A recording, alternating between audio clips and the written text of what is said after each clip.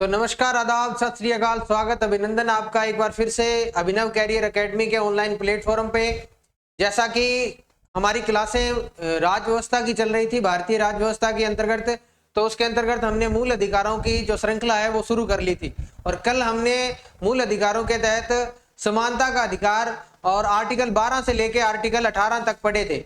आज अपनी जो क्लास रहने वाली है वो आर्टिकल 18 यानी कि आर्टिकल 19 से लेके और आर्टिकल 22 तक अपने चर्चा करेंगे, जिसके अंतर्गत स्वतंत्रता का अधिकार दिया गया है। लेकिन उससे पहले थोड़ी डिस्कस कर लेते हैं अपने कल की क्लास के बारे में। यानी कल की क्लास में हमने क्या कुछ पढ़ा था। अपना टॉपिक चल रहा था मूल अधिकार।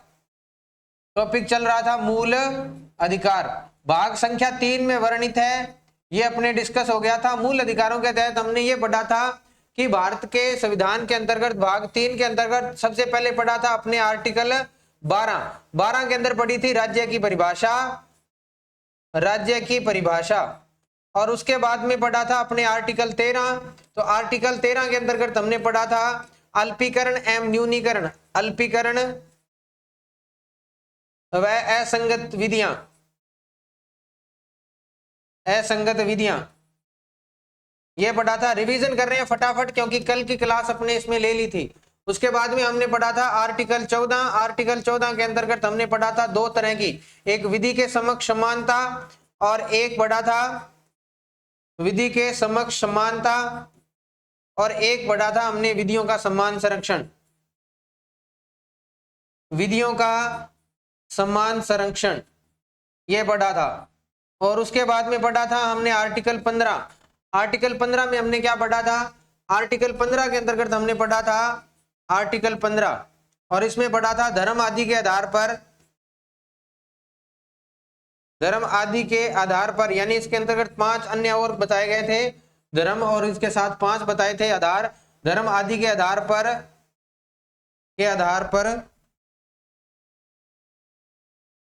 भेदभाव का निषेध किया गया था, भेदभाव का निषेध, ये पढ़ा था। और उसके बाद में हमने पढ़ा था आर्टिकल 16। आर्टिकल 16 में हमने पढ़ा था अवसर की समानता, अवसर की समानता पढ़ा था, जो आरक्षण को लेकर चर्चा हुई थी हमारी।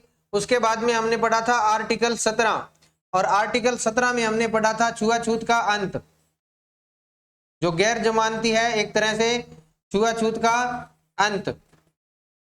और आर्टिकल 18, आर्टिकल 18 उसमें पढ़ा था हमने उपाधियों का अंत, उपाधियों का, सेना और शिक्षा के अलावा जितनी भी उपाधियां हैं उनका अंत किया गया था। ये हमने कल तक अपनी क्लास के अंतर्गत पढ़ा था। आज हमारी जो क्लास रहने वाली है वो क्लास रहने वाली है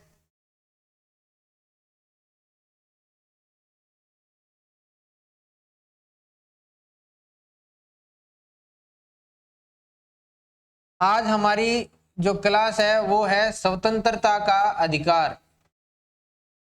समानता के बाद में स्वतंत्रता का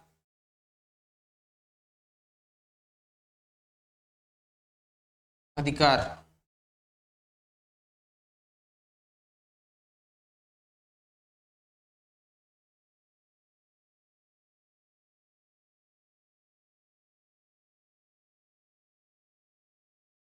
और ये आर्टिकल कहां से, ये है आर्टिकल 19 से लेके और आर्टिकल 22 तक।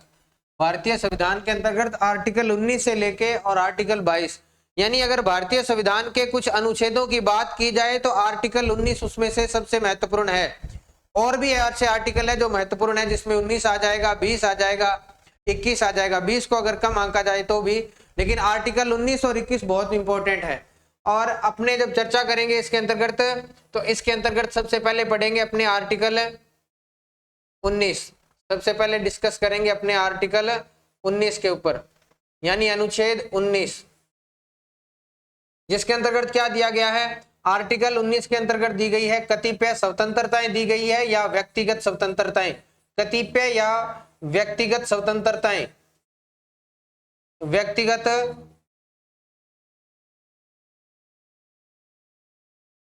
स्वतंत्रताएं। और क्या दिया गया है, स्वतंत्रताएं व निर्बंधन, यानी उसके ऊपर पाबंदी कैसे लगाई जाएगी, युक्ति युक्त शब्द जो दिए गए हैं, निर्बंधन। उसके बाद में आर्टिकल 20, कौन सा? आर्टिकल 20। आर्टिकल 20 में दिया गया है अपराध एवं दोष सिद्धि से संरक्षण। दोष सिद्धि से संरक्षण, ये आर्टिकल 20 में दिया गया है। उसके बाद में चर्चा करेंगे अपने आर्टिकल 21 की। और आर्टिकल 21 में क्या दे रखा है? प्राण एवं दैहिक स्वतंत्रता दे रखी है। प्राण व दैहिक स्वतंत्रता, गरिमापूर्ण जीवन की बात करेंगे, जिसमें अपने पढ़ेंगे इसको। उसके बाद में पढ़ेंगे अपने आर्टिकल 21 कै को। आर्टिकल 21 कै में क्या दे रखा है? निशुल्क व अनिवार्य शिक्षा। जो आरटी पढ़ते हैं आप लोग, अनिवार्य शिक्षा का अधिकार। और उसके बाद में पढ़ेंगे अपने आर्टिकल 22। आर्टिकल 22 में क्या दे रखा है? कुछ दशाओं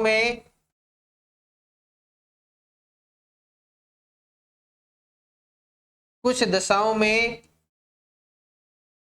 गिरफ्तारी से संरक्षण। ये हमारी क्लास का आज शेड्यूल रहने वाला है।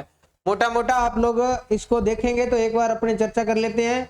आर्टिकल 19 से 22 के बीच में क्या कुछ दिया गया है? आर्टिकल 19 में कतिपय या व्यक्तिगत स्वतंत्रताएं दी गई है और उसके ऊपर युक्तियुक्त बंधन कैसे लगाए जाएंगे, उनको कम कैसे किया जाएगा, उनका उल्लेख किया गया है। आर्टिकल 20 में अपराध व दोष सिद्धि से संरक्षण के बारे में कहा गया है। आर्टिकल 21 में प्राण व दैहिक स्वतंत्रता दी गई है। और आर्टिकल 21 के में आरटीई, जिसको निशुल्क व अनिवार्य शिक्षा का अधिकार कहा जाता है, वो दिया गया है। और आर्टिकल 22 जिसके अंतर्गत कुछ दिशाओं में गिरफ्तारी होती है, उससे अपने को संरक्षण प्रदान किया गया है।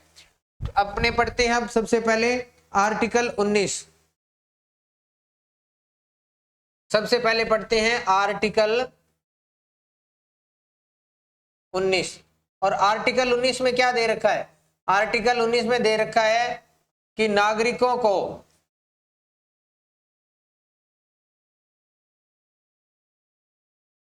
अब इसके अंतर्गत कुछ स्वतंत्रताएं दी गई है।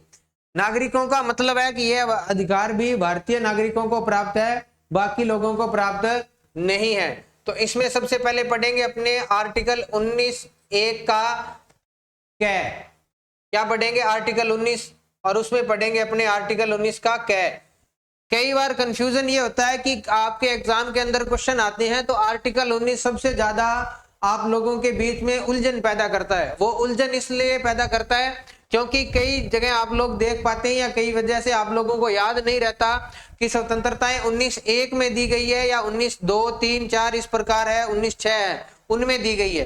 तो ये समस्या क्रिएट करता है। लेकिन आज की क्लास अगर आप लोगों ने ढंग से लगा ली तो ये समस्याएं आपके लिए सदा सदा के लिए समाप्त हो जाएगी। ऐसी कोई समस्या नहीं रहेगी आपके कि आपके स्वतंत्रता से रिलेटेड कोई क्वेश्चन जो आप लोगों के आर्टिकल 19 में कंफ्यूजन पैदा करता है वो गलत हो जाए। तो सबसे पहले पढ़ते हैं कि आर्टिकल 19(1) के कै में क्या दिया गया है। जो आप लोग पढ़ते हैं ना, वाक एवं अभिव्यक्ति की स्वतंत्रता, वो किसमें दे रखी है? वाक व अभिव्यक्ति की स्वतंत्रता वो 19(1) के कै में दे रखी है। वाक एवं अभिव्यक्ति की स्वतंत्रता दे रखी है इसके अंतर्गत। यानी कि जो भाषण आप लोग करते हैं, बोलते हैं, प्रेस की स्वतंत्रता है, वो इसी के अंतर्गत आती है। उसके बाद में दे रखी है 19 कै के अंतर्गत कै में। 19 कै में क्या दे रखी है? और 19 कै में दे रखा है आपको निर्बाध,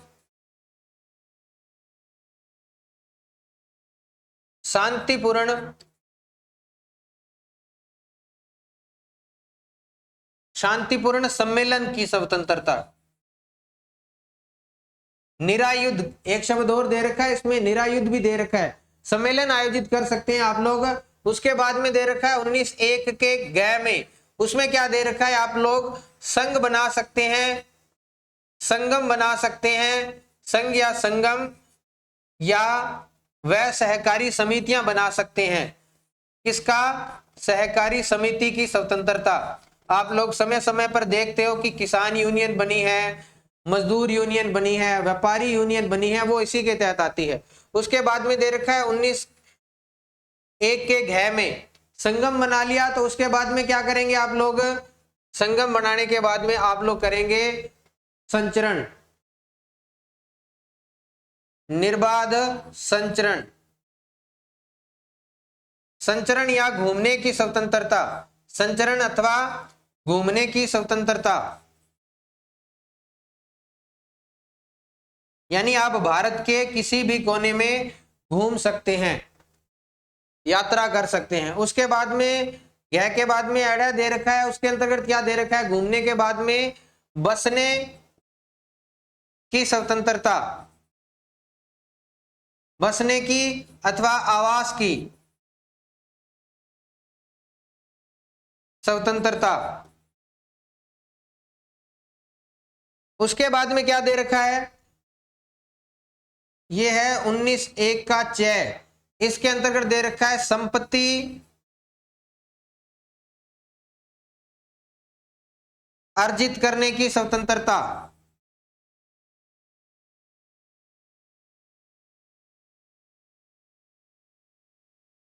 और उसके बाद में है 19(1) का 6, इसके अंतर्गत क्या है? वृत्ति यानी आजीविका,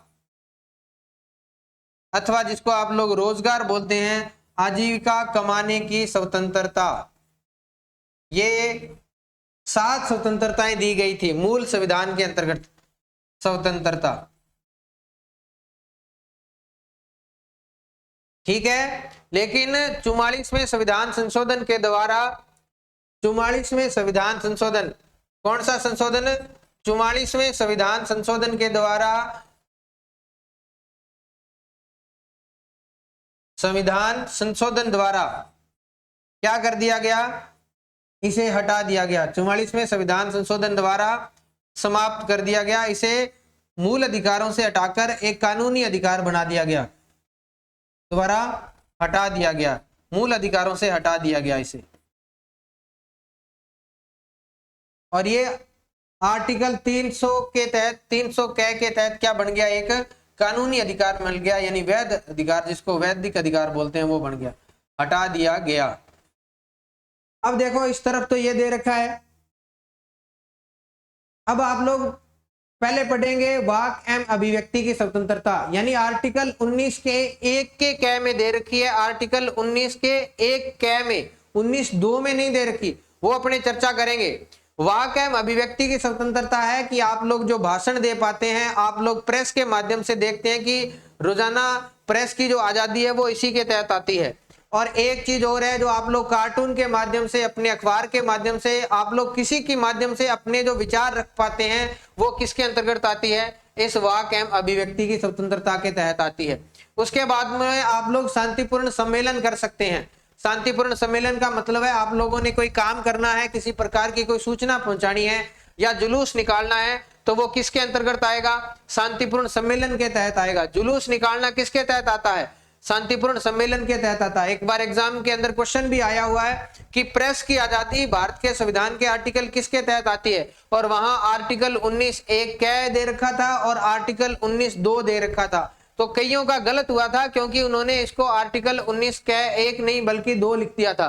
तो एक इसका है 19(1) क, और उसके बाद में है वाक एवं अभिव्यक्ति की स्वतंत्रता, जो भाषण या प्रेस की आजादी आपको दिलाता है। आप लोग शांतिपूर्ण सम्मेलन कर सकते हैं, जुलूस कर सकते हैं, लेकिन हड़ताल नहीं कर सकते। हड़ताल शब्द का उपयोग नहीं किया गया। वो बाद की बातें हैं, ऐसी शब्दावली आपसे नहीं पूछी जाएगी, सीएटी के अंदर ऐसा कुछ नहीं आएगा। उसके बाद में जब आप लोगों ने शांतिपूर्ण सम्मेलन कर लिया, तो आप संघ बना सकते हैं। आप लोग देख पाते हैं कि बहुत सारे संघ बने हुए हैं, जैसे किसानों का संघ बना हुआ है, किसान, मजदूर का संघ बना है, मजदूर संघ, व्यापारियों का संघ बना है, व्यापारी संघ, स्टूडेंट का संघ बना हुआ है, स्टूडेंट यूनियन संघ। इस प्रकार से कई ऐसे संघ बनते हैं जो विभिन्न कामों को लेके, व्यवसायों को लेके जो सहकारी समितियां बनती है समय समय पर। ये तो बाद में संविधान में संशोधन करके भी इसको शामिल किया गया था सहकारी समिति के बारे में। तो ये आप लोग जो देख पा रहे हैं वो आर्टिकल 19 के 1 के तहत दी गई है। उसके बाद में है निर्बाध संचरण या घूमने की स्वतंत्रता, यानी आप भारत के किसी भी देश में घूम सकते हैं। घूमने की स्वतंत्रता है। भारत के अंदर जो घूमने की स्वतंत्रता दी गई है वो दी गई है 19(1) के घ के अंतर्गत। और लेकिन अगर आप विदेश के अंदर घूमते हैं तो वो प्राण एवं दैहिक स्वतंत्रता यानी आर्टिकल 21 का आता है, वो इसमें नहीं आता। विदेश के अंदर घूमने की स्वतंत्रता वो आर्टिकल 21 के तहत आता है। अगर आप लोग घूम रहे हैं तो फिर आप लोग भारत के किसी भी देश में जाके बस सकते हैं, ऐसा दिया गया है। इसमें बसने की स्वतंत्रता या घर बनाने की स्वतंत्रता है वो इसके अंतर्गत दिया गया है। उसके बाद में था संपत्ति को अर्जित करने की स्वतंत्रता। ये मैंने पहले लिख दिया कि ये 44वें संविधान संशोधन जो मोरारजी देसाई की सरकार द्वारा किया गया था उसके द्वारा इसको हटा दिया गया।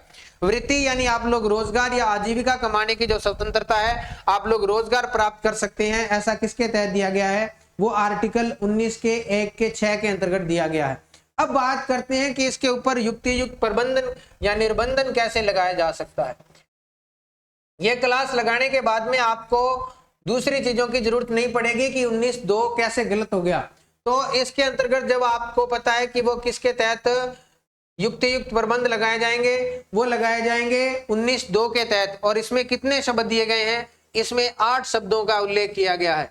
8 शब्द उल्लेखित हैं। इसमें 8 शब्दों के आधार पर 19(1) के कै के ऊपर क्या लगाई जा सकती है? युक्तियुक्त प्रतिबंध लगाए जा सकते हैं, जिसमें आपको देश की एकता अखंडता मिलेगा, शिष्टाचार मिलेगा, ठीक है। उसके अलावा आप लोगों को बहुत सारे शब्द मिलेंगे। 8 शब्द हैं। व्यवस्था मिलेगा, सामाजिक व्यवस्था, या आप लोगों को किसी के खिलाफ आप बोलते हैं तो उसकी मान हानि होती है, तो ऐसे 8 शब्द मिलेंगे।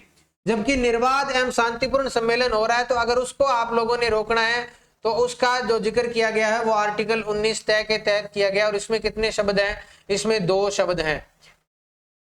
और उसके बाद में आप लोग देखेंगे कि संघ एवं संगम बनाने की जो सहकारी समिति है वो किसके तहत दी गई है? वो आर्टिकल 19(4) के तहत दी गई है। और इसमें कितने शब्द हैं? इसमें 3 शब्द हैं। 3 शब्दों का उल्लेख किया गया है। और उसके बाद में आप लोग देखेंगे कि निर्बाध संचरण की, तो ये आर्टिकल 19(5) के तहत इसके ऊपर प्रतिबंध लगाए जा सकते हैं। इसमें कितने शब्दों का उल्लेख किया गया है? इसमें 2 शब्दों का उल्लेख किया गया है। और इसमें भी 19(5) के तहत और सेम है, इसमें भी आपको 2 शब्दों का उल्लेख मिलेगा। लेकिन अगर इसको तो आप लोगों ने बता ही दिया मैंने आपको भी, ये इसको हटा दिया गया है। इसके ऊपर अगर आप लोगों को प्रतिबंध के बारे में उल्लेख मिलेगा तो वो मिलेगा 19(6) के अंतर्गत। और इसमें भी 3 शब्दों का उल्लेख किया गया है कि 3 शब्दों के आधार जो शब्द दे रखे हैं उसके आधार पर इस पे युक्तियुक्त प्रतिबंध लगाए जा सकते हैं। आर्टिकल 19 बहुत अच्छे तरह से याद करना है। एग्जाम में यहां से आपको क्वेश्चन देखने को मिल सकता है। कैसे?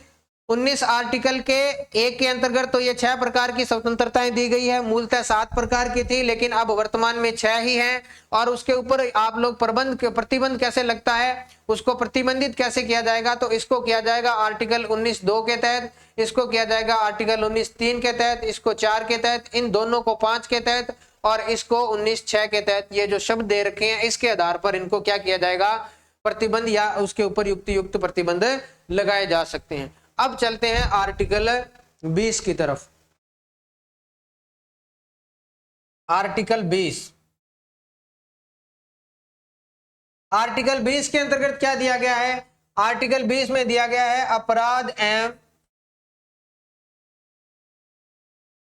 अपराध व दोष सिद्धि से संरक्षण। चार्ट के माध्यम से इसको भी पढ़ेंगे। दोष सिद्धि से संरक्षण।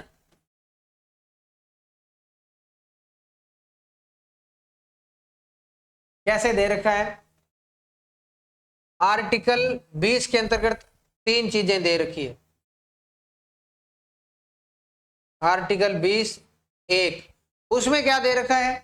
आर्टिकल 20(1) में है भूतलक्षी शब्दावली, लिख देता हूं मैं, भूतलक्षी दंडिका विधि। चर्चा करेंगे बाद में इसमें ऊपर, पहले इसको लिख लेते हैं। आर्टिकल 20 और उसका सब क्लोज 2, इसके अंतर्गत क्या दिया गया है? दोहरे दोष अथवा सजा से संरक्षण।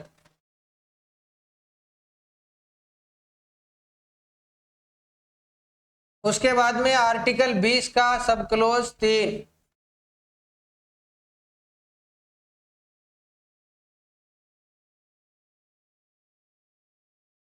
इसमें क्या दिया गया है?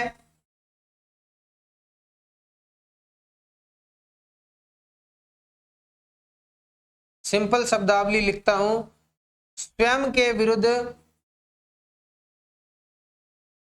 गवाही से संरक्षण।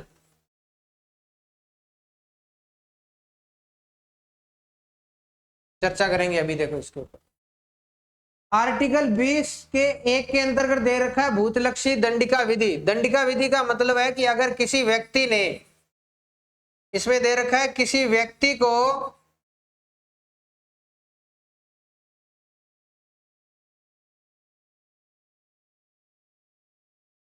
पूर्व की विधि, जिसको भूतलक्षी बोलते हैं, यानी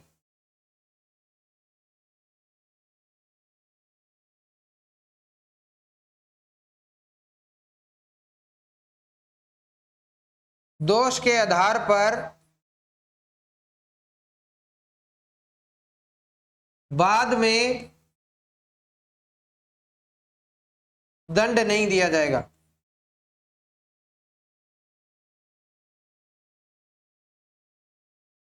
कैसे? एग्जाम्पल के माध्यम से पढ़ें अपने। तो जैसे बात करें 1985 की, एक एग्जाम्पल है।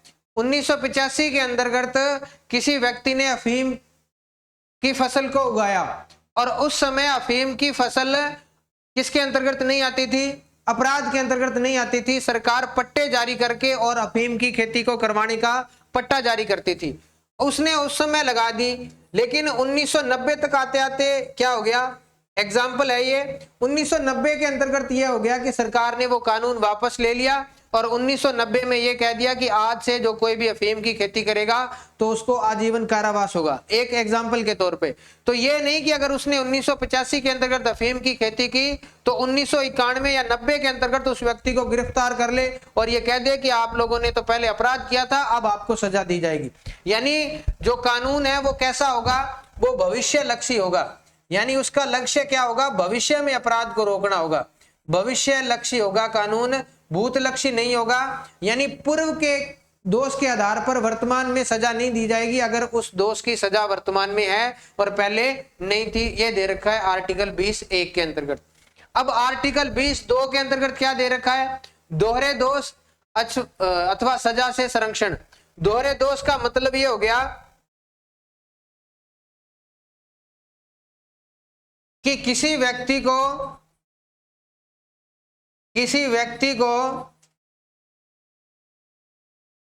एक ही अपराध के लिए, एक ही अपराध के लिए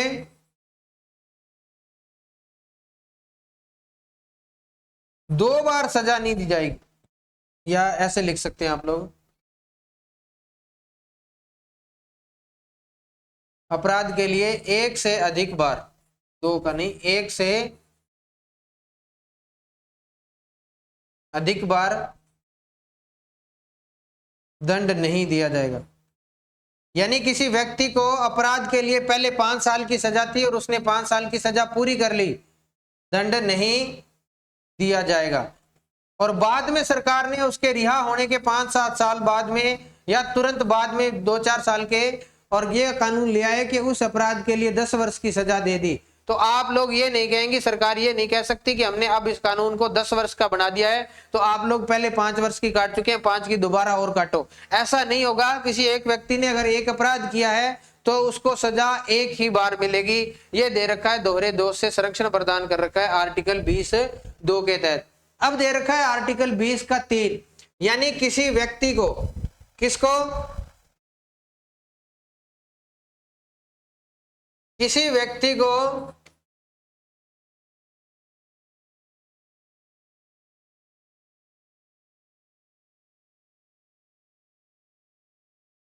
स्वयं के खिलाफ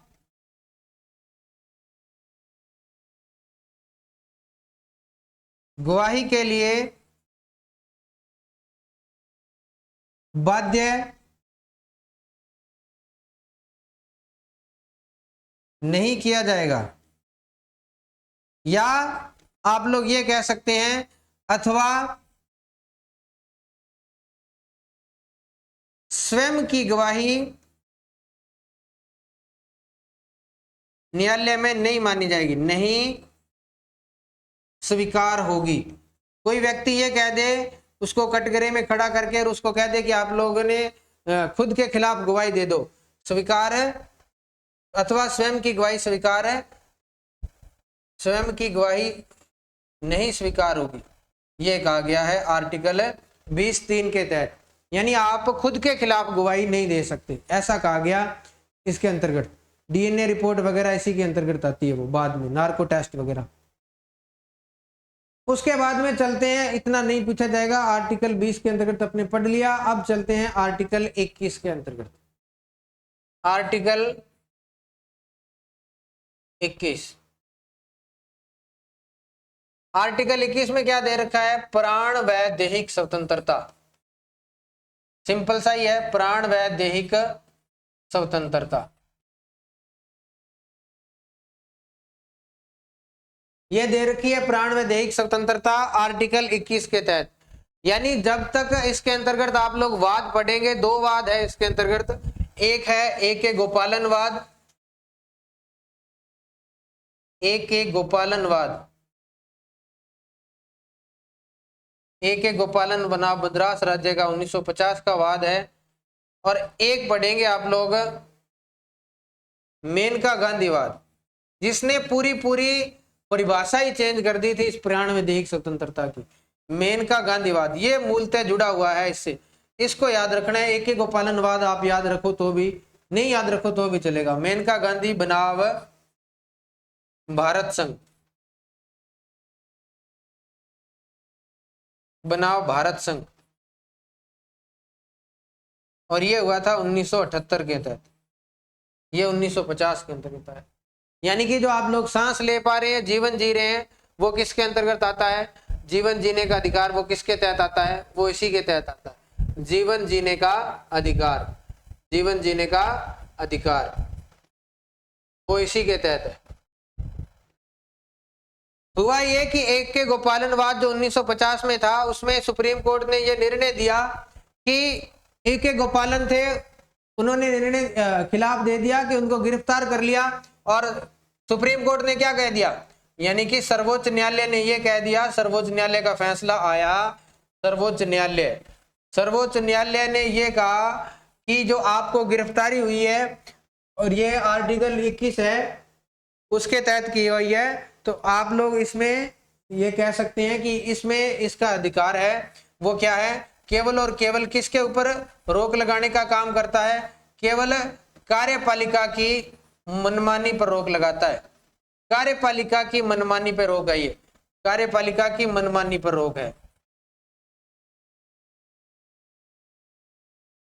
लेकिन किसके ऊपर नहीं है मनमानी पर रोक है? परंतु व्यवस्थापिका या विधायिका पर यह पाबंदी नहीं लगाता, व्यवस्थापिका पर नहीं,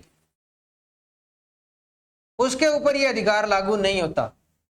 लेकिन हुआ यह कि मेनका गांधी जब विदेश जा रही थी तो मोरारजी देसाई की सरकार ने उनको विदेश जाने से रोक लिया और मेनका गांधी चली गई सुप्रीम कोर्ट। वाद आया, मेनका गांधी बनाओ भारत संघ। सर्वोच्च न्यायालय ने फैसला क्या दिया? एकदम उलट दिया ऊपर वाले फैसले को। सर्वोच्च न्यायालय ने यह कहा कि ये केवल और केवल कार्यपालिका पे नहीं, इसके वाद को उल्टा कर दिया। सर्वोच्च न्यायालय ने कहा केवल कार्यपालिका पर नहीं बल्कि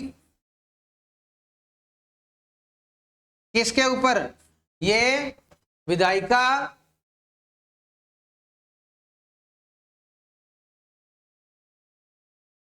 पर भी रोक लगाता है।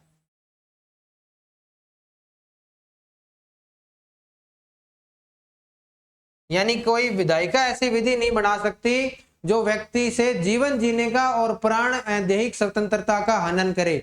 आप लोग जब देखते हैं कि आर्टिकल, दो ही आर्टिकल ऐसे हैं जो कभी भी क्या नहीं होते, छीने नहीं जाते। आर्टिकल 21 है एक तो, और एक आर्टिकल है इसके अंतर्गत 22। ये दो आर्टिकल है जो कभी भी रद्द नहीं होते, बाकियों पे पाबंदी लगाई जा सकती है। 22 नहीं है, 22 के अंतर्गत दे रखा, बाद में चर्चा करेंगे। और मेनका गांधी में यह कह दिया, और साथ ही साथ उसके अंतर्गत क्या कहा गया, एक बात और याद रखनी है आपको, इसके अंतर्गत नेचुरल जस्टिस की बात की गई। कौन से जस्टिस की? नेचुरल जस्टिस की बात की गई। एग्जाम में क्वेश्चन आ सकता है, प्राकृतिक न्याय या नृसंगिक न्याय किसके अंतर्गत बात की गई, तो वो आएगा इसके अंतर्गत। और इसके अंतर्गत केवल प्राण दैहिक स्वतंत्रता के बाद में इसमें और ज्यादा चेंज आ गया, और चेंज ये आ गया कि केवल और केवल आप लोग सांस नहीं ले पा रहे, और इसके बाद में कैसा जीवन जी पाएंगे आप लोग? गरिमापूर्ण जीवन जी पाएंगे, गरिमापूर्ण जीवन।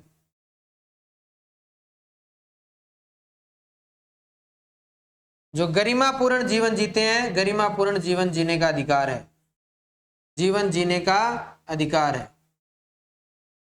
वो इसी के बाद में आया। बहुत सारे वाद हैं इसके अंतर्गत। मोहिनी जैनवाद है जो बाद में क्या बना, आपके निशुल्क एवं अनिवार्य शिक्षा का अधिकार बना। नवीन जिंदलवाद है, वो ऐसे कई वाद हैं। और एक वो विशाखावाद है जिसके अंतर्गत महिलाओं का यौन शोषण होता है जो कार्यस्थल पर, उसके बारे में आया था।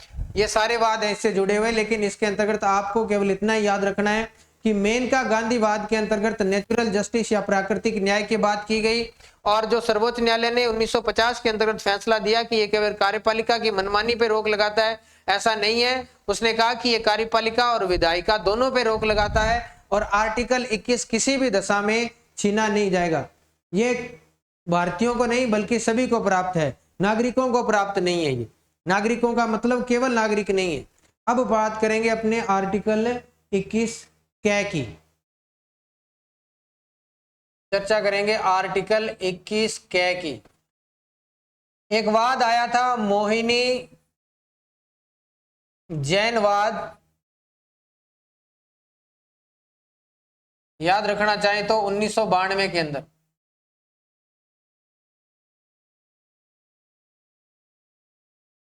उसके अंतर्गत शिक्षा का अधिकार के बारे में कहा गया था।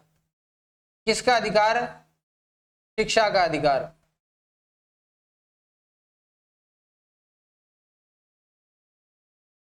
और उसके बाद में क्या हुआ था, 86वां संविधान संशोधन किया गया।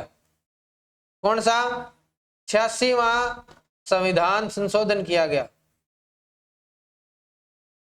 86वां संविधान संशोधन करके भारतीय संविधान के 3 जगह पे शिक्षा के अधिकार के बारे में बताया गया।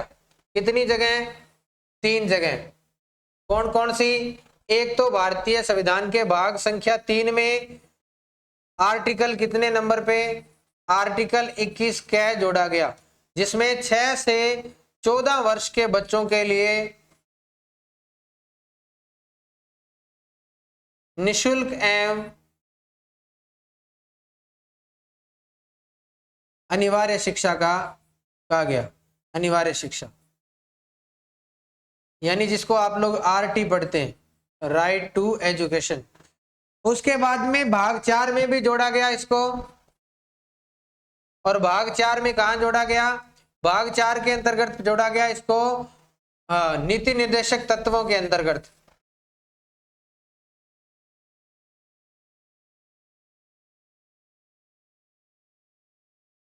आर्टिकल 45 है शायद। आर्टिकल 45 में पहले लिखा गया था 6 से 14 वर्ष, और उसके बाद में लिखा गया 0 से 6 वर्ष। ये 2002 के अंतर्गत आया था, उसके बाद की बात है। मूलतः पहले ये 6 से 14 वर्ष था, लेकिन उसके बाद में संविधान 2002 में किया गया, इसको 0 से 6 वर्ष कर दिया गया। फिर भाग 4 में जोड़ा गया, और भाग 4 के अंतर्गत कहाँ जोड़ा गया? ये मूल कर्तव्य में जोड़ा गया। नागरिकों के जो मूल कर्तव्य है वहां जोड़ा गया। 51 कै के अंतर्गत दिए गए हैं, और उसमें कौन सा जोड़ा गया? जो 11वां मूल कर्तव्य है वो जोड़ा गया इसके अंतर्गत। नागरिकों के मूल कर्तव्य में जोड़ा गया। ये 86वां संविधान संशोधन जो निशुल्क एवं अनिवार्य शिक्षा की बात करता है, उसकी अपने चर्चा कर ली आर्टिकल 21 की। अब चढ़ेंगे 21 क्या की चर्चा होगी, अब पढ़ेंगे अपने आर्टिकल 21, ये sorry 22 number article, article 22। Article 22 क्या कहता है? आर्टिकल 22 कहता है कुछ दशाओं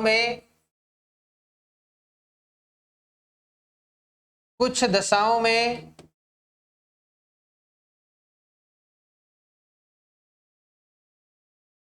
अपराध नहीं, गिरफ्तारी,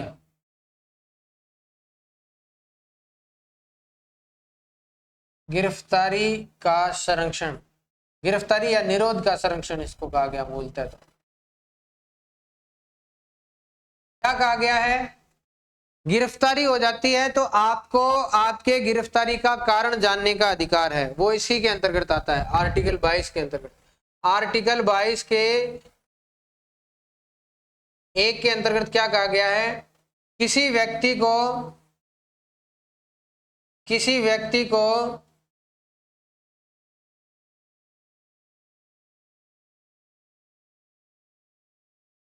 गिरफ्तारी का कारण जानने का अधिकार है, यानी किस वजह से या किस अपराध में आपको गिरफ्तार किया गया, कारण जानने का अधिकार है, वो कहा गया है। साथ ही साथ एक चीज और कही गई है कि वकील से परामर्श कर सकते हैं। क्या कर सकते हैं आप लोग? वकील से परामर्श कर सकते हैं आप लोग, वकील से परामर्श का अधिकार ये दिया गया है। और क्या कहा गया है? और ये कहा गया है 22(2) के तहत कि आप लोगों को जब गिरफ्तार कर लिया तो 24 घंटे के अंदर, 24 घंटे के भीतर न्यायालय में पेश किया जाएगा।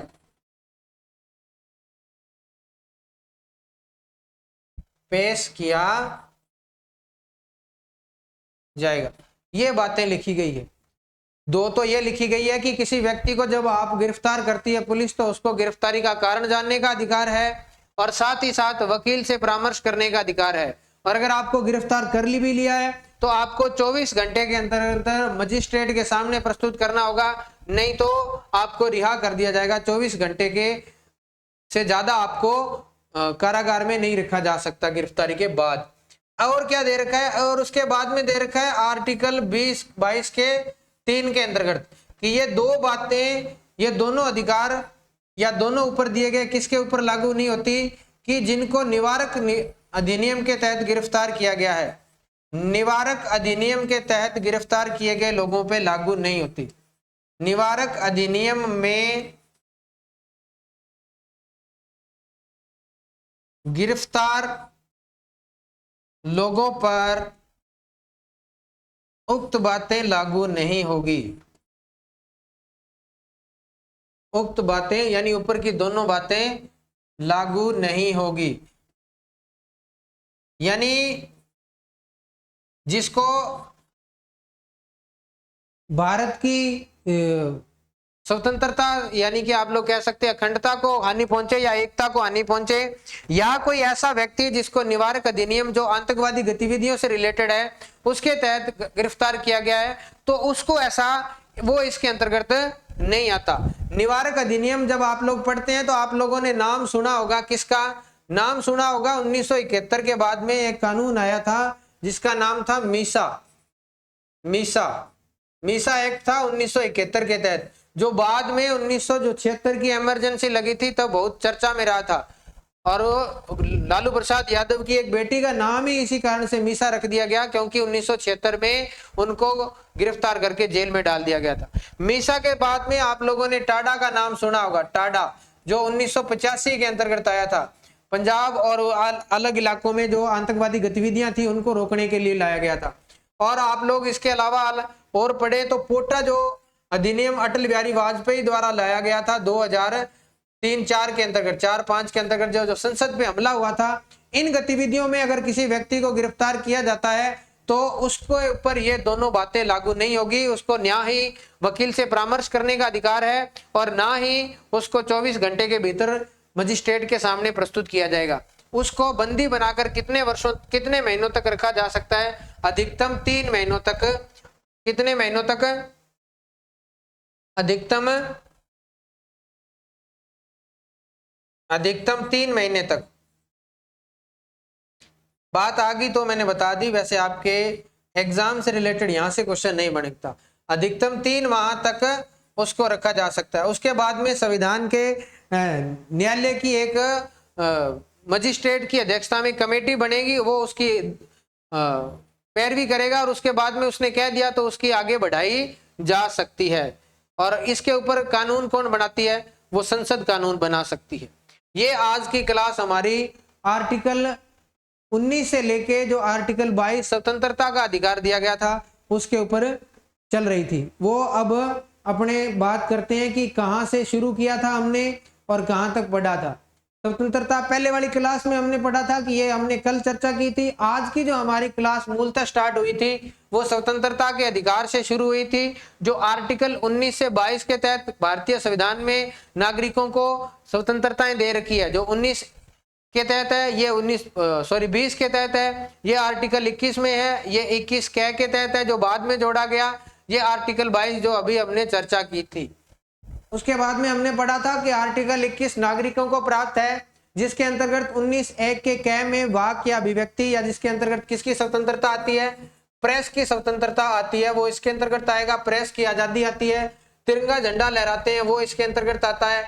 तिरंगा झंडा फहराते हैं अपने घर के बाहर, वो इसके ऊपर आता है। निर्बाध या शांतिपूर्ण सम्मेलन, इसके अंदर आप लोग जो जुलूस निकालते हैं वो इसके अंतर्गत आता है। लेकिन क्या नहीं है? हड़ताल शब्द का उल्लेख इसमें नहीं किया गया। हड़ताल शब्द नहीं है इसमें। हड़ताल की आप लोगों को शांतिपूर्ण बंद कर सकते हैं, हड़ताल नहीं कर सकते। संघ या संगम बना सकते हैं। सहकारी समितियां जो आप लोग विभिन्न समितियों के बारे में पढ़ते हैं वो इसके अंतर्गत है। आप लोग भारत में अंदर घूम सकते हैं, वो इसके अंतर्गत है। लेकिन विदेश में घूमना है, विदेश में घूमना है, विदेश में घूमने की आजादी है, वो किसके तहत आती है? विदेश में घूमना वो किसके तहत आता है? याद रखना, आर्टिकल 21 के तहत आता है। वो बसने की स्वतंत्रता, आप लोग कहीं भी जाके बस सकते हैं, लेकिन उसके ऊपर बाद में आर्टिकल 19(5) के तहत 2 शब्दों को जोड़ दिया गया, जिसमें एक तो एसटी से रिलेटेड है, यानी कि एसटी वाले इलाके हैं वहां आप लोग जाके नहीं बस सकते। संपत्ति अर्जित करने की मूलतः स्वतंत्रता थी, जिसे 44वें संविधान संशोधन द्वारा रद्द कर दिया गया। इसे 300 कै के तहत विधिक अधिकार बना दिया गया। आजीविका कमा सकते हैं, उसके ऊपर भी 3 शब्दों के आधार पर पाबंदी लगाई जा सकती है।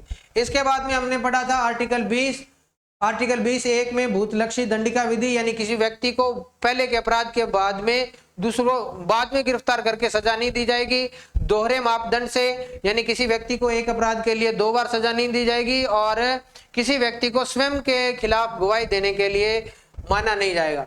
उसके बाद में प्राण एवं दैहिक स्वतंत्रता पढ़ी थी, जिसमें जीवन जीने का अधिकार पढ़ा था। और उसके बाद में हमने पढ़ा था इसके अंतर्गत मेनका गांधीवाद, इसको अपने बाद में डिस्कस कर ही लिया था। गरिमापूर्ण जीवन जी सकते हैं, और उसके अंदर बात की गई थी नेचुरल जस्टिस की, किसके अंतर्गत? मेनका गांधीवाद के अंतर्गत। उसके बाद में हमने पढ़ा था आर्टिकल 21 कै, यानी मोहनी जैनवाद आया था जो 1992 के तहत, उसके अंतर्गत 86वां संविधान संशोधन किया गया। भारतीय संविधान के भाग संख्या 3 में जोड़ा गया, 4 में नीति निर्देशक तत्वों में जोड़ा गया, मौलिक कर्तव्यों में जोड़ा गया। 22 पढ़ा था गिरफ्तारी का संरक्षण है कि किसी व्यक्ति को गिरफ्तार होने का कारण पता होना चाहिए, 24 घंटे में मजिस्ट्रेट के समक्ष प्रस्तुत किया जाएगा। लेकिन निवारक अधिनियम के तहत गिरफ्तार किए गए लोगों पे यह कानून लागू नहीं होता और उसको अधिकतम 3 माह तक बगैर किसी कारण के गिरफ्तार करके रखा जा सकता है। बाद में न्यायालय के जस्टिस की अध्यक्षता में एक कमेटी बैठेगी या एक समिति बनाकर उसके ऊपर चर्चा की जाएगी। इसको आगे और भी बढ़ाया जा सकता है। तो आज की हमारी जो क्लास थी वो स्वतंत्रता का अधिकार था, और एग्जाम के अंदर मौलिक अधिकारों से आपको क्वेश्चन पॉलिटी से अवश्य ही देखने को मिलेगा, क्योंकि मौलिक अधिकार एक ऐसा पोर्शन है, जब मैंने क्लास स्टार्ट की थी तब भी बताया था, यहां से हर एक एग्जाम में क्वेश्चन आता है और बहुत बढ़िया क्वेश्चन आता है। और जो आपकी क्लासें चल रही है रेगुलर, उसके अंतर्गत जो जो चीजें आपके एग्जाम के लायक है वो सब चीजें शामिल की जा रही है। ज्यादा वाद को इनमें शामिल नहीं किया गया। जो जो वाद चर्चित है या जहां से आपके एग्जाम के अकॉर्डिंग क्वेश्चन आने वाले हैं उनको शामिल किया गया है। आशा रहेगी आप लोगों से कि आप निरंतर इस क्लास से जुड़े रहें और आगामी अगर आपकी जल्दी परीक्षा होने वाली है तो उस परीक्षा में आप यहां से बेहतर रिजल्ट प्राप्त करेंगे।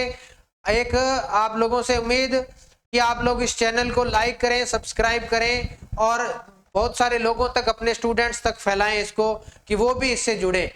देखो एग्जाम नजदीक आता है तो एक चीज आप लोगों के क्लियर माइंड में चलनी चाहिए कि जैसे ही एग्जाम नजदीक आता है तो बहुत सारे लोग बिखर जाते हैं। यहाँ आपको बिखरना नहीं है, निखरना है। तब तक के लिए धन्यवाद, मिलते हैं अपनी नेक्स्ट क्लास के अंतर्गत।